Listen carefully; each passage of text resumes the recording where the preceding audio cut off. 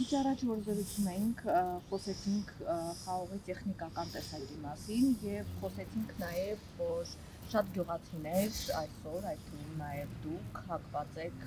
քանդել տեխնիկական տեսակի խաղողի այգիները, ինչու։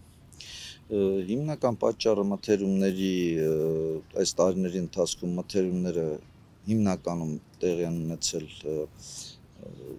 ինքնարժեքին համարժեք կամ ցածր ավելի տարբեր եւ մթերող կազմակերպությունների եւ խաղողագործների միջև կնքվող պայմանագրերը այդքան էլ կայուն չեն, պաշտպանված չի եղել այս տարիների ընթացքում գյուղացին մթերող կազմակերպության մոտ, մթերող կազմակերպությունը կարողացել է տարբեր անհիմն պատճառաբանություն, այդ թվում նաև պատերազմը հիմք բերելով կտրուկ տատանումներ առաջացնել գնի մեջ, ասենք 140-ով պայմանագիր կնքի, այդպես փաստ որ ունենք եւ դա բոլորը համատեղ են գործել, էլի, այնպես չի եղել որ միայն մի գործարանա նման վարքագիծ դրսևորել, ինչը հենց վկայում է որ ունեցել են հանուր համաձայնություն պատերազմը սկսելուց առաջ պայմանագրերը կնքած են եղել 140 դրամով, նաև պետությունը սուբսիդավորած եղել այդ տարիներին, բայց հենց պատերազմը սկսվել է անմիջապես դրանից հետո կտրուկ գներ իջեցրել են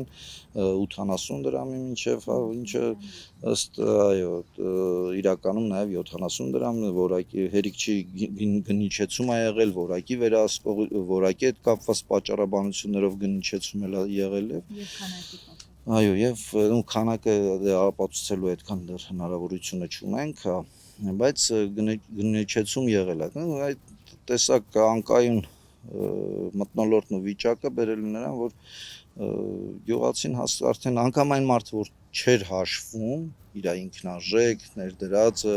ասենք մեկը ես որ հաշվում եմ 1-2 տարի զգացի, որ փոփոխություն չի լինում, անմշակ թողեցի այդ մեծ մասը, հիմնական տեխնիկական սորտերը, փորձեցի այնքան որ հələ որ յոլա տանել